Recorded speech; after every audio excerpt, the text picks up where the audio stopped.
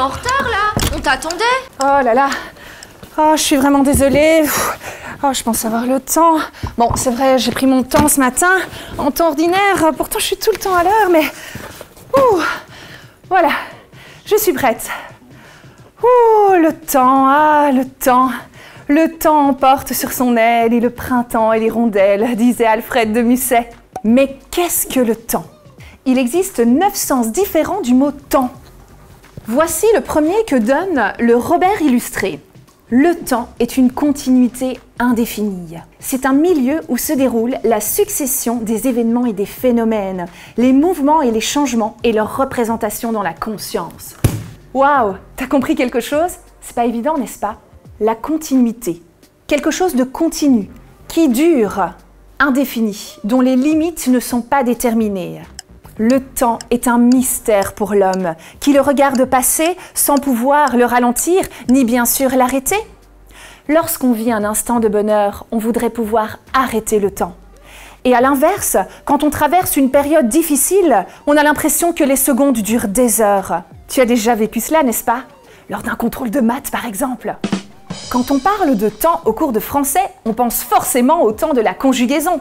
Temps simple, composé, imparfait, subjonctif présent. Promis, je ne vais pas te faire une leçon pure et dure de conjugaison. Mais je voudrais t'apporter une petite information que tu ignores peut-être. Ce livre vert, tu le reconnais? C'est un Becherel. Mais sais-tu d'où vient son nom? Louis-Nicolas Becherel, dit Becherel l'aîné, était un lexicographe et un grammairien français. En 1842, avec son frère Henri Becherel, dit Becherel le Jeune, il publia le véritable manuel des conjugaisons, ou la science des conjugaisons à la portée de tout le monde. Un livre de conjugaison devenu célèbre à tel point qu'à l'heure actuelle, le mot Becherel s'est quasiment substantivé dans le français usuel parlé. Le mot temps a plusieurs homonymes. Pour rappel, un homonyme est un mot qui a le même son qu'un autre mot, mais pas la même graphie ni le même sens. Voici 2 exemples. Le mot temps, T-A-N-T, est un adverbe de quantité qui signifie tellement.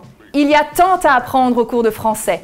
Il y a le nom commun, temps, T-A-O-N, qui désigne un insecte qui ressemble à une mouche mais qui pique.